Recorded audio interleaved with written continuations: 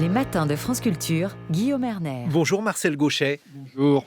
Vous êtes philosophe et historien, vous publiez 2 ouvrages, Macron, les leçons d'un échec aux éditions Stock et La droite et la gauche, histoire et destin aux éditions Gallimard. Il y a une trentaine d'années, vous étudiez l'histoire de la dualité droite-gauche à travers l'histoire politique française. Et ce travail donc est aujourd'hui publié, republié dans une postface. Vous utilisez le terme de sinistrisme dont vous dites qu'il avait constitué la dynamique fondamentale du champ politique.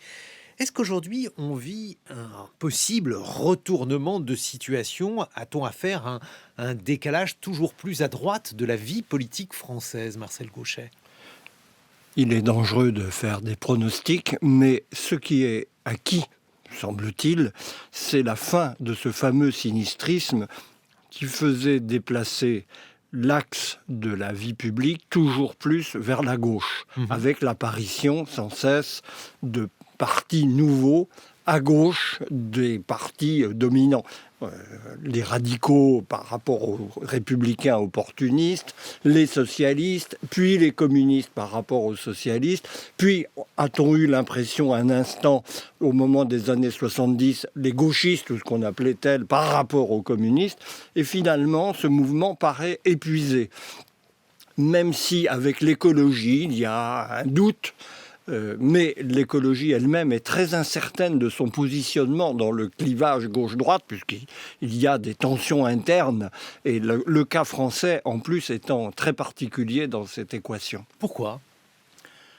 Vous parlez de la spécificité française. Non, dans le cas français, précisément, le mouvement écologique, dans son personnel, est largement issu du recyclage d'un personnel gauchiste qui s'est refait une identité politique différente avec la cause écologique. Mais en même temps, en se social-démocratisant, si j'ose dire, à preuve ses alliances électorales avec des forces beaucoup plus traditionnelles du champ politique, et sans véritablement constituer une identité distincte dans le champ politique qui obligerait à redéfinir l'ensemble du champ de la gauche, par exemple. Mais alors, pas tous, puisque précisément la primaire écologiste qui a donné la victoire à Yannick Jadot a également permis à Sandrine Rousseau de faire entendre sa voix. Et le score assez partagé des 2 candidats, même si c'est Yannick Jadot qui l'a emporté, montre qu'il y a aussi une autre tendance qui, elle, est peut-être plus radicale que social-démocrate chez les écologistes, Marcel Gauchet. Encore une fois, le champ politique qui se réclame de l'écologie est partagé entre une droite et une gauche, car cette division se retrouve à l'intérieur de chacun des partis.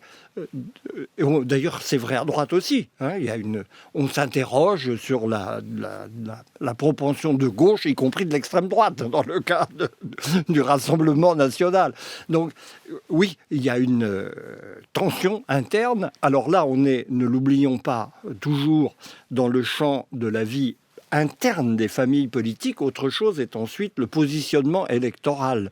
Et si Yannick Jadot a finalement été élu, c'est en fonction d'une appréciation vraisemblable de ses chances à la présidentielle. Il est probable que Sandrine Rousseau aurait fait un score extrêmement modeste une fois confrontée à l'électorat dans son ensemble, et un personnel maintenant bien intégré dans le personnel des partis écologiques ou de ce qui se réclame de cette cause, étant désormais bien intégré dans le champ politique, il vise évidemment le résultat maximal. Donc le choix. Les Allemands avaient d'ailleurs, à propos du même sujet, trouvé un vocabulaire très approprié.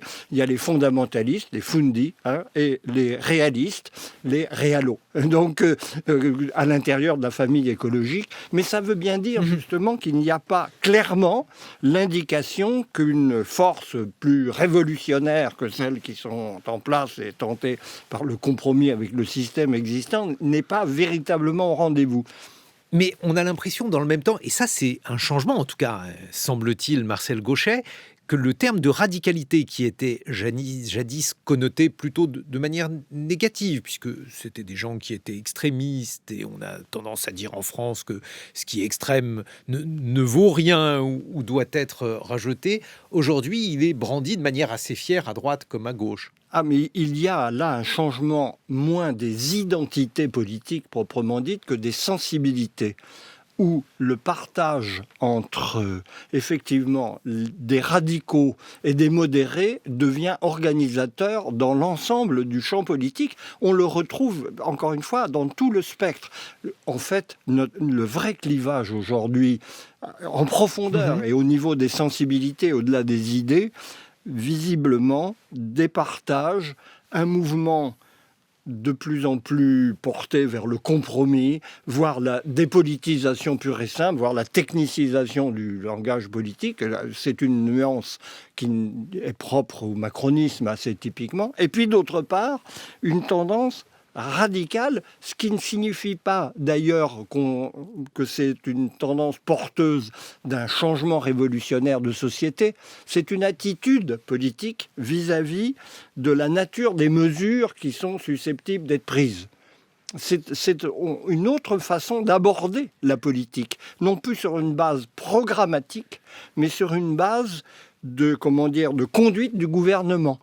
Il y a une volonté de rechercher des mesures de rupture contre une volonté de conciliation et d'équilibre technique qui permet, au fond, une vie politique apaisée. Les deux coexistent. C'est peut-être le vrai nouveau clivage qui est en train de se dessiner dans notre champ politique. Et alors, à quoi peut-on l'attribuer, Marcel Gauchet ? Est-ce une tentative, par exemple, d'en finir, de rompre, donc dans tous les sens du terme, avec une fatigue démocratique ? C'est très difficile à dire, car en même temps, ces radicalités font fuir et précipitent la dépolitisation en faisant du champ politique un domaine dominé par des minorités activistes. La dépolitisation et la radicalisation vont de pair dans l'espace politique où nous évoluons. Ce qu'on entend, évidemment, c'est la radicalité. Parce qu'elle est par définition en recherche d'audience et elle parle plus fort que ses adversaires. Mais le mouvement de fond, lui, derrière, qu'on n'entend pas, mais qui est peut-être plus important, c'est le mouvement de dépolitisation qui peut se traduire d'ailleurs en abstention. C'est quand même un des phénomènes majeurs de l'évolution politique, de la départicipation démocratique. C'est peut-être ça le fait majoritaire, et le fait minoritaire nous trompe parce que c'est lui qu'on entend, mais c'est pas lui qui compte au centre du système électoral et de la vie publique. Mais alors, justement, parce qu'il y a différentes possibilités. Moi, je vois une alternative, je vous la soumets. Ou bien on a une vision gramsciiste des choses, on considère que l'important dans la scène politique, c'est d'avoir l'hégémonie culturelle. Et alors, on peut dire qu'il faut être radical, parce que plus on est radical, plus on a cette hégémonie-là. Ou bien on considère, et là, c'est quelque chose de très différent, qu'il y a une forme de dialectique et que finalement, la radicalité, ça permet de durcir un peu la social-démocratie si on est à gauche, ou bien de durcir la droite. Le terme de cette alternative que vous choisiriez, à moins que vous trouviez un troisième terme, Marcel Gauchet. Alors, ne confondons pas la domination de l'espace public et la domination de la scène électorale. C'est une chose qui peut valoir beaucoup de surprises. Je crois qu'on est un peu dans ce scénario dans la vie politique récente. L'abstention peut favoriser la radicalité, mais la participation peut marginaliser la radicalité. Pour le moment, nous sommes dans une phase d'incubation d'une nouveauté que nous ne savons pas encore bien décrypter et qui d'ailleurs n'est pas arrêtée dans ses traits fondamentaux. Mais peut-être avons-nous affaire à une véritable mutation du champ des identités politiques. Mais là aussi, qui se définit par l'attitude plus que par le contenu des idées. Mais alors parce que l'abstention, elle aussi, elle est complexe à analyser. Très complexe. Est-ce que finalement, ça signifie donc une dépolitisation ? Est-ce que ça signifie qu'il n'y a pas d'offre politique qui rencontre cette demande ? Ou bien c'est encore une possibilité, je ne sais pas, une confiance diffuse dans le système qui fait que finalement, peu importe pour qui on vote, de toute façon, on sera bien administré, Marcel Gauchet ? L'abstention est aussi divisée que le reste du champ politique. Il y a une abstention de colère et de refus du système, qui peut d'ailleurs déboucher sur des comportements radicaux dans la rue. Gilets jaunes, par exemple, typiquement. Et puis, il y a une abstention d'indifférence, il y a une abstention de dépolitisation radicale, d'indifférence à la politique, et puis il y a une abstention légitimiste. Qu'est-ce que ça change? Qu'est-ce que ça m'apporte? Pourquoi voter? C'est un phénomène à plusieurs dimensions, avec une instabilité du même coup dans le choix des attitudes du dernier moment des électeurs, qui fait qu'on ne sait pas ce qui va se passer. Entre l'abstention et le vote de rupture, la marge de manœuvre est impossible à apprécier. Et ça se décide au dernier moment en fonction de paramètres qu'on sait très mal déchiffrer. Et alors, dans ce contexte-là, est-ce que le gouvernement actuel, est-ce qu'Emmanuel Macron a une part de responsabilité? Est-ce qu'il a contribué à accélérer ce phénomène, ou bien est-ce qu'il a cherché à lutter contre cette perte de sens du politique, Marcel Gauchet? Alors, un gouvernement n'a pas les clés de l'ensemble de la situation. Il exploite une situation, c'est très différent. Emmanuel Macron est typiquement le produit d'un centrisme majoritaire dans l'opinion, et de droite et de gauche. C'est là où la logique électorale fonctionne pour produire un effet majoritaire. Ça n'exclut pas, ça encourage même l'apparition de votes extrêmes. Il y a une dialectique du centre et de la radicalité. Mais après, sa responsabilité, elle est hors de question. Ce n'est pas le problème à poser dans le champ politique. Quelle est l'option dominante? Quelle est l'option majoritaire? Voilà la seule question que permet de trancher le scrutin. Mais alors, pour la première fois, vous êtes historien et philosophe, historien du politique. On vous doit des ouvrages, notamment sur le 19e siècle français. Pour la première fois, je crois, en tout cas dans mon souvenir, on parle à la fois d'extrême centre pour qualifier le gouvernement, pour qualifier la politique d'Emmanuel Macron, et puis ce gouvernement que vous qualifiez de centriste, et affublé d'un certain nombre de noms d'oiseaux. Alors, pendant l'épisode des Gilets jaunes, peut-être aussi par ceux qui refusent le pass sanitaire, par différents qualificatifs qui s'éloignent du champ centriste pour évoquer alors des dictatures. Enfin, je ne vais pas citer les différents qualificatifs, mais en tout cas, on est plutôt dans le champ sémantique de la dictature pour qualifier ce gouvernement. Comment analysez-vous cela, Marcel Gauchet? Vous savez, le champ politique est le champ polémique par excellence. Donc, s'il fallait faire une anthologie de tous les jugements hâtifs et des insultes de toute espèce qui sont formulés en permanence... Mais je ne me souviens pas d'exemples semblables pour un gouvernement positionné de la sorte. C'est vrai. Parce que, tout simplement, il est mal défini dans son identité. Quand on avait affaire à une alternance droite-gauche, on savait très bien à qui on avait affaire, et donc on était dans un répertoire classique d'opposition très bien arrêté. La particularité du gouvernement d'Emmanuel Macron, c'est d'être peu saisissable. On ne sait pas bien le situer. Et du coup, le flottement dans les épithètes qui lui sont accolées est nécessairement très varié. Il est attaqué de sa droite et de sa gauche en des termes surprenants, souvent, parce qu'on ne sait pas où il est. C'est un trouble dans les identités politiques qu'il a introduit, et donc qu'il paye dans la manière de l'apprécier. Mais alors, en quoi, là aussi, ce caractère insaisissable, dites-vous, du macronisme est-il distinct de ce que l'on évoquait, par exemple, pour Nicolas Sarkozy, on parlait de triangulation. Et donc, à l'époque, trianguler, c'était une manière de parler à la droite et à la gauche. On a évoqué aussi l'ouverture pour dire qu'il y avait de bonnes idées à droite et à gauche.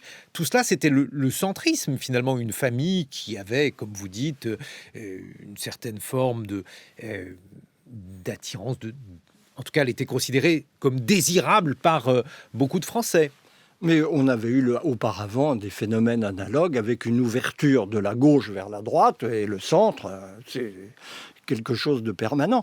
Alors, la différence est assez subtile, finalement. On avait une gauche et une droite cherchant l'ouverture au centre. C'était le système classique d'alternance qui s'était mis en place depuis 1981. Et l'irruption d'Emmanuel Macron change la donne parce que, exploitant au fond ce filon de l'ouverture des deux camps, il s'installe lui au centre et il prend à droite et il prend à gauche. Et du coup, il crée un grand trouble dans la manière de qualifier la politique qu'il mène. Il est dénoncé à droite comme un dépensier social-démocrate affreux, et il est dénoncé à gauche comme un politicien de droite qui se dissimule sous des oripeaux progressistes. Mais alors, c'est inévitable. Est-ce qu'il fait justement voler en éclats cette bipartition? Vous publiez La droite et la gauche, histoire et destin aux éditions Gallimard. Marcel Gauchet, y a-t-il aujourd'hui encore une pertinence dès lors que cet homme tente une synthèse? Je ne sais pas si il y réussit, mais en tout cas, est-ce qu'il réussit à supprimer les deux étiquettes précédentes? Est-ce qu'il y a véritablement un effet de nouveauté sur l'échiquier politique depuis l'apparition du macronisme? Je ne le crois pas. Emmanuel Macron a d'ailleurs eu l'habileté de ne pas prétendre faire une synthèse de la droite et de la gauche, mais d'articuler les deux composantes, et de droite et de gauche. Il ne récuse pas l'existence du clivage, il l'admet, mais il l'intègre en quelque sorte pour en faire le ressort d'une politique qui, entre des identités qu'il reconnaît, cherche une voie moyenne. Donc il ne supprime pas du tout. Il ne méconnaît pas l'existence du clivage. Et je crois qu'il est le symptôme d'un déplacement considérable qui est l'effet dans la durée du pluralisme démocratique. C'est que la droite est amenée à reconnaître la pertinence d'une position de gauche. Ben oui, la gauche existe et il faut d'une certaine manière faire droit à ses revendications. Et à l'inverse, la gauche se retrouve dans la position de devoir faire droit à un certain nombre de thèmes typiques de l'identité de droite. C'est cela qui crée l'espèce de vague, de confusion, d'incertitude qui est la marque du champ politique actuel dans la démocratie française. Mais alors, ça, c'est très paradoxal par rapport à un autre discours très actuel, Marcel Gauchet, qui consiste à dire qu'on ne parvient plus à débattre. Alors, si vous dites que finalement la droite entend certains arguments de la gauche et réciproquement, finalement, on réussit bien à débattre. Alors, mais justement, vous avez à la fois l'aspiration au dialogue et au compromis, qui est très forte dans l'opinion, et après tout, l'élection d'Emmanuel Macron en témoigne, comme sa position actuelle dans les sondages, qui préélectoraux, et à la fois, effectivement, en fonction de ce brouillage au centre, l'apparition de radicalités à droite et à gauche qui protestent contre cet état de fait en y voyant des trahisons ou des impuissances programmées contre lesquelles il s'agit de s'élever. Bon, on va continuer d'évoquer cette évolution de la droite et de la gauche. On va évoquer aussi la disparition d'une figure qui fait la une de beaucoup de journaux ce matin. Je veux parler de Bernard Tapie et vous nous direz, Marcel Gauchet, de quoi cette disparition rend sens dans le roman national. Dans quelle mesure finalement notre attitude par rapport à cet homme et à ce qu'il représentait témoigne d'une évolution de la société française. Il est 8h sur France Culture. 7h-9h, les matins de France Culture, Guillaume Erner. Nous retrouvons notre invité Marcel Gauchet, philosophe et historien. Vous publiez Macron, les leçons d'un échec aux éditions Stock et La droite et la gauche, histoire et destin chez Gallimard. Une réaction à ce que vient de dire Stéphane Robert sur Bernard Tapie. Un portrait très juste et qui souligne toutes les ambiguïtés extraordinaires de la période mitterrandienne.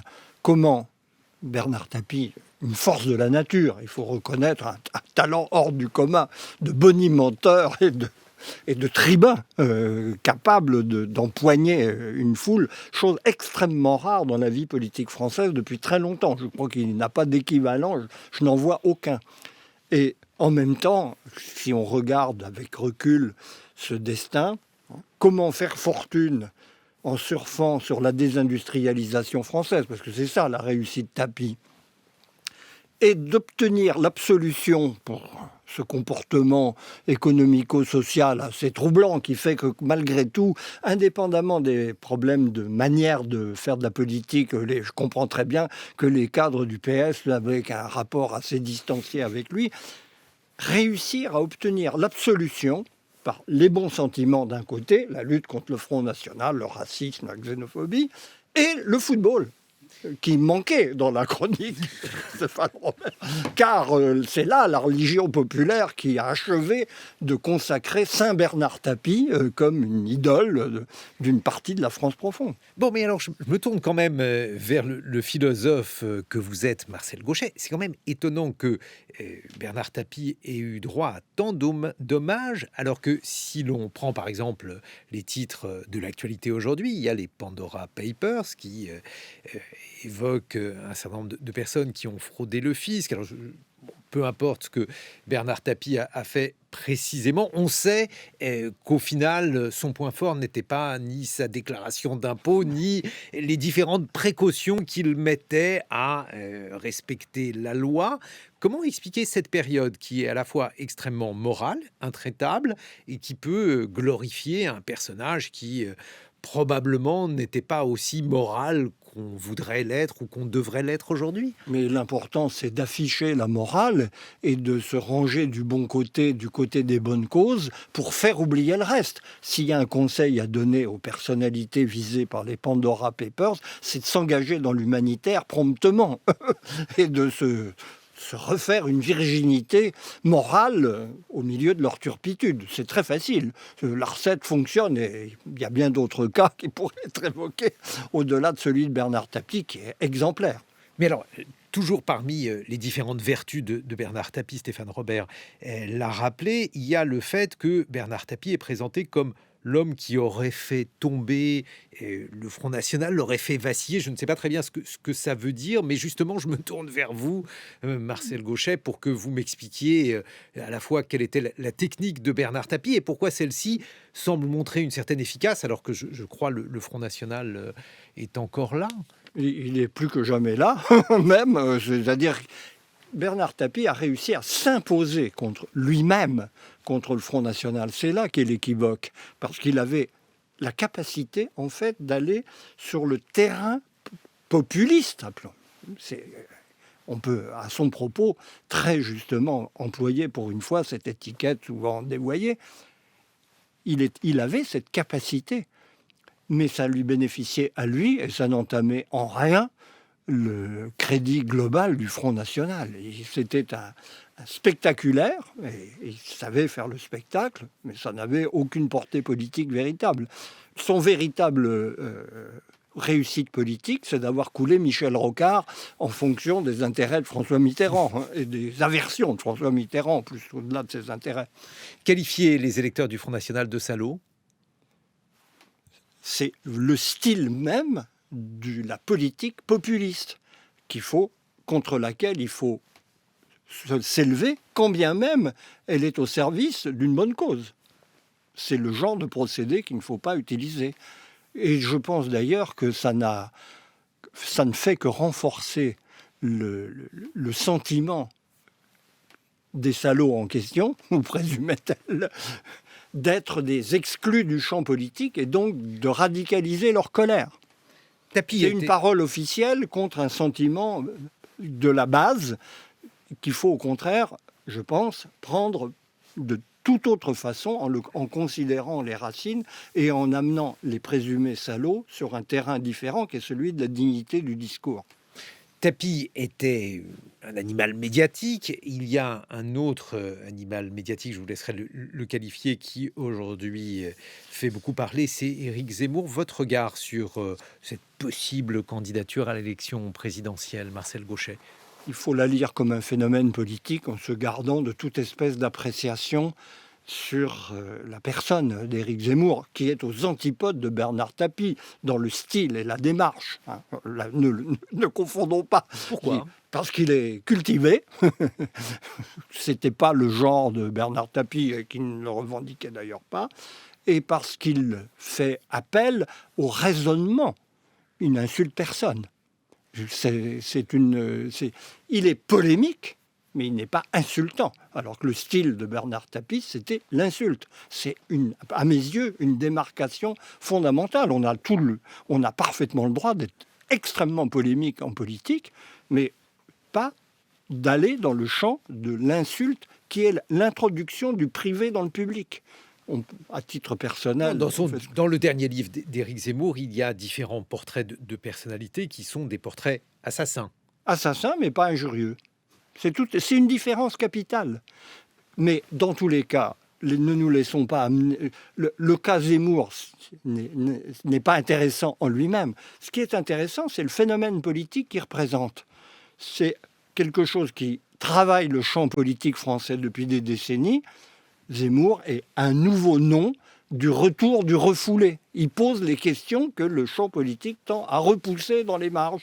Et on aura en permanence des Zemmour et ses émules. On ne sait pas du tout ce que va produire réellement cette candidature à ce jour, ce qui me paraît personnellement assez douteuse pour mille raisons. Mais je ne crois pas qu'il ira au bout de sa démarche. Mais le refoulé est là. Et il est la voie par laquelle passe un refoulé qui, à un moment donné, devra être pris en compte. Mais alors, c'est quand même un étrange cocktail. Si on prend son dernier livre, peut-être qu'on peut dire brièvement que les 3 principaux thèmes sont une forme de masculinisme qui était jusqu'ici absent. Ah oui, ça, radicalement absent. C'est son trait le plus original, en fait.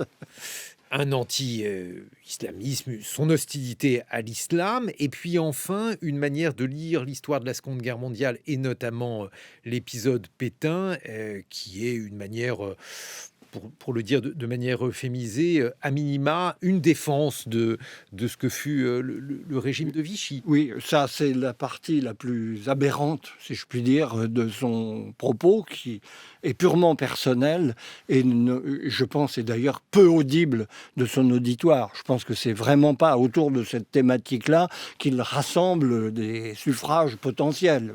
C'est une curiosité parce que le dossier, son argumentation est strictement indéfendable et je pense qu'il le sait.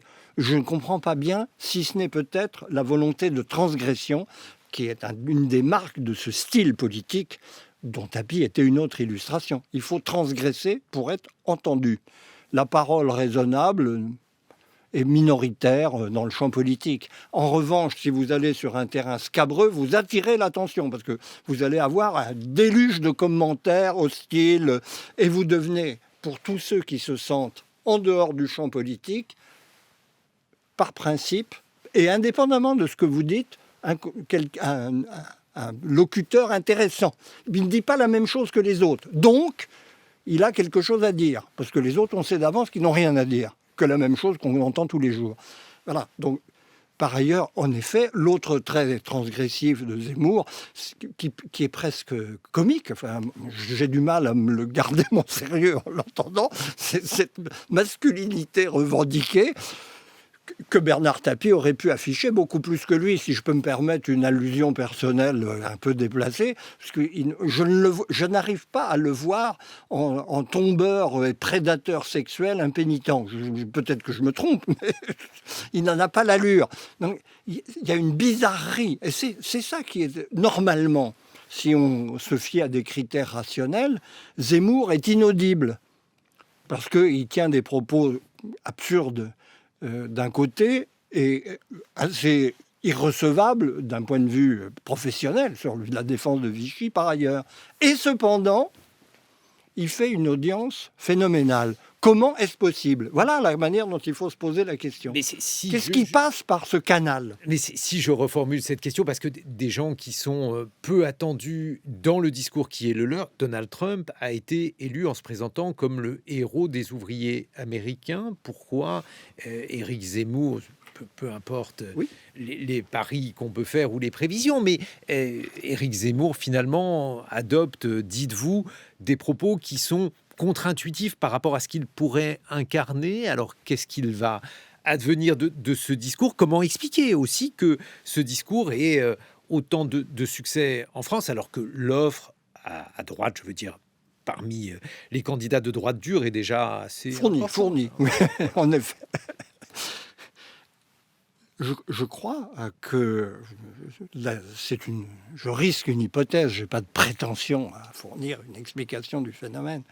Je crois que ce qui joue fondamentalement, et vous avez raison d'évoquer le cas Trump, qui est inaugural d'une certaine manière en la matière, c'est la transgression. Nous sommes dans une société où le message transgressif reçoit une prime automatique d'audience à une échelle étonnante. Il faut un peu juger le phénomène Zemmour par contraste avec le phénomène Marine Le Pen. L'évolution de Marine Le Pen a été vers le lissage et la recherche d'un propos relativement consensuel à l'intérieur des positions d'extrême droite, ou présumait-elle, qui sont les siennes. Et finalement, ça n'est pas payant. On s'aperçoit qu'il y a une sorte de déperdition d'audience du côté du Rassemblement national en fonction de cette évolution supposée ramener Marine Le Pen dans le champ de la politique présentable. Et Zemmour, c'est le contraire. Il prend le parti opposé en soutenant un discours transgressif qui finalement paye, à l'instar de ce que Trump a pu représenter par rapport aux classiques politiciens démocrates ou républicains américains qui n'avaient absolument rien à voir avec ce style transgressif.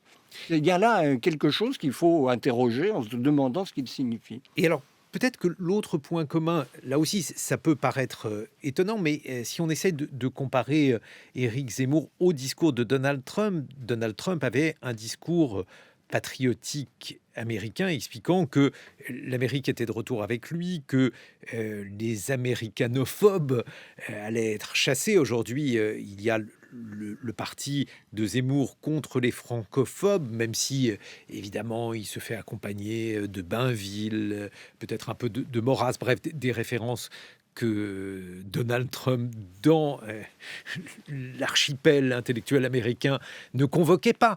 Là aussi, comment expliquer cela? Est-ce que la politique française était en mal d'incarnation d'une personne qui lutterait contre les francophobes, Marcel Gauchet?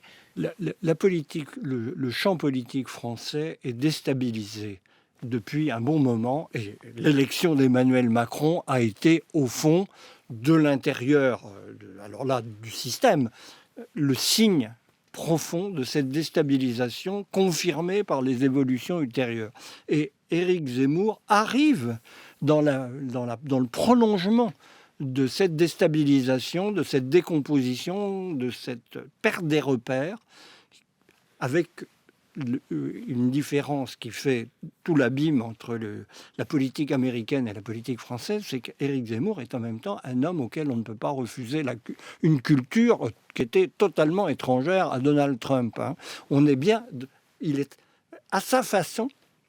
Éric Zemmour est extrêmement français dans sa façon d'incarner la parole politique, et au fond il remet, même si c'est ça l'étrange, il remet une couche de culture dans le discours politique par rapport à une langue technocratique assez pauvre qui est jeune et communicationnelle, qui est celle de la plupart des politiques. Mais il est l'enfant de quelque chose qui travaille tous les systèmes démocratiques. Il y a une décomposition de la façon classique de faire de la politique en fonction d'une évolution de la société que nous comprenons très mal. Mais là aussi, c'est quand même paradoxal, Marcel Gauchet, parce que il suffisait, je ne dis pas que c'est simple, je ne dis pas que beaucoup le font, mais s'il suffisait d'avoir lu Renan et Bainville pour pouvoir espérer des votes importants de la part des Français, beaucoup d'hommes politiques qui sont travailleurs l'auraient fait. Comment expliquer cela? Comment expliquer finalement que des références qui sont souvent des références de lettrés situés à droite, qui existent aussi, puissent être aujourd'hui considérés comme étant un atout? Un atout, je ne sais pas. Je suis pas Vous dites sûr que c'est un homme cultivé. Vous n'êtes pas le seul à le dire, mais cela fait partie aujourd'hui de ses atouts, le fait d'être cultivé, d'avoir une langue qui peut-être serait différente de celle des langues des autres hommes politiques. Ah oui, il a une langue très différente de celle du personnel politique en général. Mais évidemment que la référence à Jacques Bainville n'a jamais ouvert aucune porte électorale. Mais c'est un cocktail, c'est un ensemble à multiples dimensions qui rend son discours audible au-delà des limites habituelles des adeptes de ce genre de philosophie politique. Donc, c'est le cocktail qu'il faut... C'est la composition de ce médicament qui, tout d'un coup, trouve un écho surprenant dans la population et dans le peuple électoral. Est-ce que ça ne signifie pas aussi que l'incarnation pour le Rassemblement national, donc en l'occurrence Marine Le Pen, eh bien, celle-ci est peut-être moins crédible qu'auparavant, ou alors pas crédible comme elle devrait l'être? Il y a dans tous les cas, il y a l'usure politique qui est un élément considérable.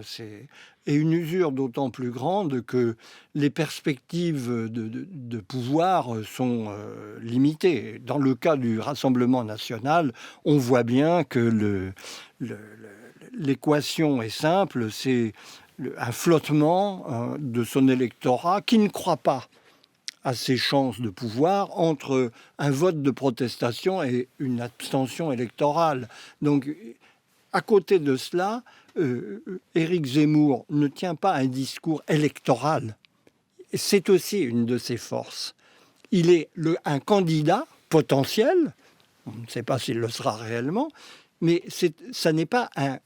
il n'est pas dans un schéma électoraliste. Il porte un témoignage par un propos public qui fait désirer qu'il soit candidat. Et probablement ne le sera-t-il pas. Je n'en sais absolument rien, bien sûr.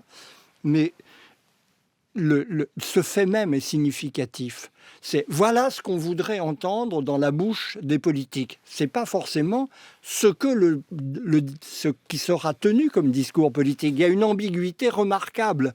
Il parle en même temps de l'intérieur du champ politique, puisqu'on fait des sondages sur son score éventuel, mais en réalité, il est à l'extérieur. Et c'est cette position-là qui est intéressante par rapport à quelqu'un comme Marine Le Pen, qui est totalement dans le champ politique. Mais alors, en imaginant qu'il aille jusqu'au bout de sa candidature, Éric Zemmour, Marcel Gauchet, est-ce que l'on peut, en France, faire acte de candidature à la présidentielle avec certaines chances de succès, bien sûr, sans tenir un discours, par exemple, sur l'économie, sans tenir un discours sur la question sociale, parce que si l'on en croit son dernier livre, ça n'est pas véritablement cela qui l'obsède.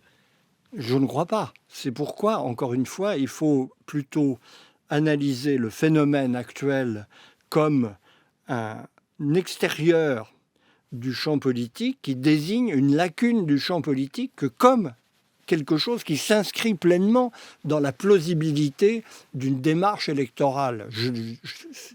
Je crois que, par exemple, il me semble, a priori, justement, que le jour où Éric Zemmour déclare sa candidature, si tant est que cela devait advenir, il perdrait beaucoup en termes de crédibilité auprès des gens même qui, aujourd'hui, plébiscitent plus ou moins l'idée qu'il soit candidat. C'est une éventualité, ce n'est pas une réalité. Et c'est cette éventualité qui est significative. Et justement, pour poursuivre et pour évoquer l'ouvrage que vous publiez, Macron, les leçons d'un échec aux éditions Stock. L'échec est polymorphe selon vous. Si l'on retient aujourd'hui la cote de popularité d'Emmanuel Macron, la manière dont il se maintient dans l'électorat par rapport à d'autres expériences précédentes, je pense notamment à celle de François Hollande qui n'a pas réussi à se représenter, mais aussi à Nicolas Sarkozy, eh bien, est-ce que l'on peut véritablement parler sur le plan politique d'un échec, Marcel Gauchet? Je ne parle pas d'un échec politique. Je parle d'un échec au regard de ce qui était l'ambition d'Emmanuel Macron. l'échec et dans la capacité d'apporter un remède à ce que j'avais appelé le malheur français, c'est-à-dire à ce sentiment d'un pays dans l'impasse qui n'a pas trouvé sa voie et sa place dans la mondialisation et qui a l'impression d'être emporté par un déclin irrémédiable. C'est au regard de cela, Emmanuel Macron n'a rien changé, alors que c'était la grande promesse de son élection. Mais par ailleurs, politiquement, c'est la magie d'un personnage qui a beaucoup de talent politique, il faut le lui reconnaître, qui a su trouver une autre place que celle pour laquelle il a été élu et qui lui vaudra, au jour d'aujourd'hui, c'est la plausibilité principale, une réélection presque tranquille, telle qu'on peut juger de la situation aujourd'hui. Quelle autre place ? Vous parlez d'un déplacement, mais alors, quelle autre place pour Emmanuel Macron ? Le garant de la stabilité par rapport à une société menacée par l'aventure. Parce qu'au fond, la polarisation du champ politique avec des forces comme évidemment le Rassemblement national, sur l'autre bord, la France insoumise, crée en fait une insécurité politique au regard du citoyen ordinaire. Et au milieu, Emmanuel Macron est le garant que, au moins, peut-être que les grandes espérances seront déçues, mais au moins la stabilité du fonctionnement politique et social est assurée, que toutes choses vont continuer comme par devant. Vous savez, le désir de stabilité est une composante essentielle des aspirations démocratiques. Mais alors justement, est-ce que c'est le candidat de la raison ? Je sais que le terme a été utilisé jadis et il l'a été de manière malheureuse par Édouard Balladur, je sous-titre pour les jeunes auditeurs, mais est-ce que pour Emmanuel Macron, là, cela pourrait lui porter chance ? Non, je pense qu'Emmanuel Macron est beaucoup plus malin que ça. Il ne va pas se présenter comme le candidat de la raison. Son personnage, c'est l'audace. Il va au contraire souligner l'enthousiasme, l'élan, la juvénilité qui est la sienne.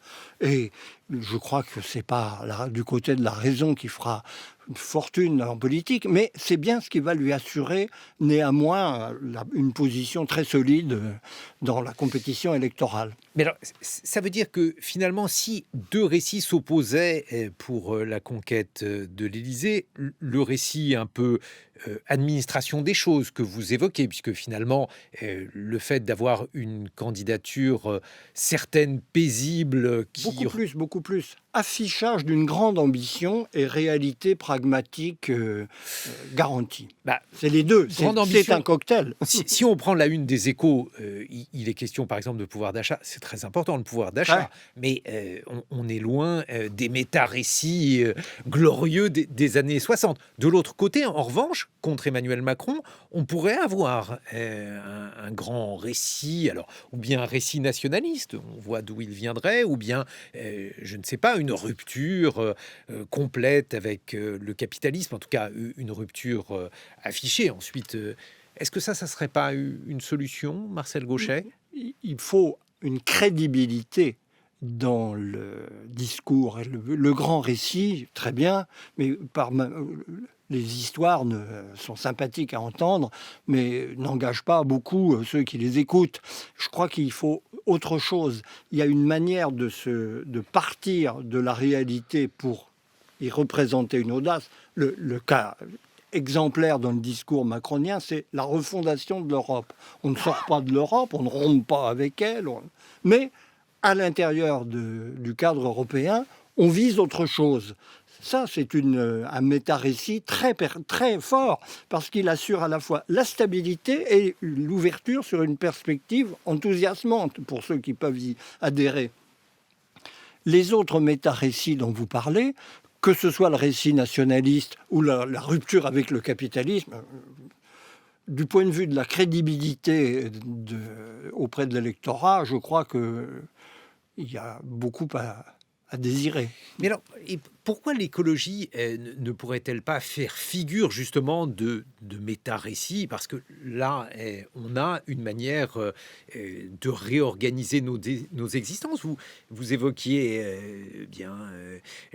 la fin du grand salut weberien, Max Weber, le sociologue, dans l'un de vos ouvrages, Le désenchantement du monde. Vous évoquiez cette perte d'horizon. Est-ce que finalement, l'écologie ne pourrait pas nous permettre d'en finir avec ce désenchantement du monde?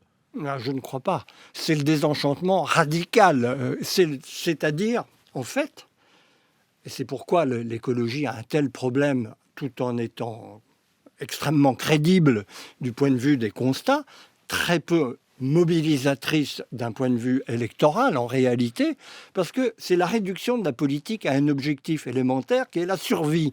Alors c'est un objectif important. C'est le même d'ailleurs qu'Éric Zemmour. Il emploie souvent le terme de survie. Oui, je crois que c'est quelque chose qu'il devrait mieux mesurer, parce que je ne suis pas sûr que c'est un objectif minimal. Mais comme parce dirait que certains, survivre c'est ne dit important pas de comment on va... survivre. Ah, il faut commencer par là. D'accord. Mais ça ne dit rien de ce qu'est l'objet propre de la politique, comment on vit. Une fois qu'on a survécu, que fait-on? La question reste totalement ouverte. Et dans le cas de l'écologie, le problème est simple, c'est l'abîme entre la pertinence du constat, qui est difficile à récuser, et puis les solutions envisageables et la manière dont on passe hors de cet étau qui se resserre sur nous. Et c'est là que le bas blesse, évidemment. Mais alors, ça veut dire que, par exemple, cette réorganisation, parce qu'on pourrait tendre tous nos efforts vers la survie, il pourrait y avoir uniquement une politique qui dépendrait eh bien, de notre empreinte carbone ou d'une manière de tourner la page. Cela, vous n'y croyez pas, Marcel? Si, je crois que c'est quelque chose qui peut survenir et qui est d'ailleurs très inquiétant. Pourquoi inquiétant? Inquiétant parce que c'est l'écrasement de la démocratie par une cause absolue devant laquelle tous doivent s'incliner sans discuter, avec une perspective catastrophique qui obère toute autre vision du possible social. Donc, je crois que c'est quelque chose qui peut advenir. C'est une épée de Damoclès qui est au-dessus de nos têtes, mais qui suppose, pour devenir opératoire, une véritable catastrophe écologique, qui n'est pas encore au rendez-vous. C'est l'écart, on peut faire une horloge qui mesure le temps qui nous sépare de la catastrophe finale. Nous n'y sommes pas encore. Le jour où nous y serons, nul ne peut dire ce qui se passera, mais la dictature, non pas des écologistes, mais de la préoccupation écologique, peut devenir le facteur qui écrabouille littéralement les démocraties. Marcel Gauchet, La droite et la gauche, histoire et destin, c'est l'ouvrage que vous publiez chez Gallimard, et Macron, les leçons d'un échec. Ce livre-là est publié aux éditions Stock. Merci beaucoup de nous avoir rendu visite ce matin, Marcel Gauchet. Je vous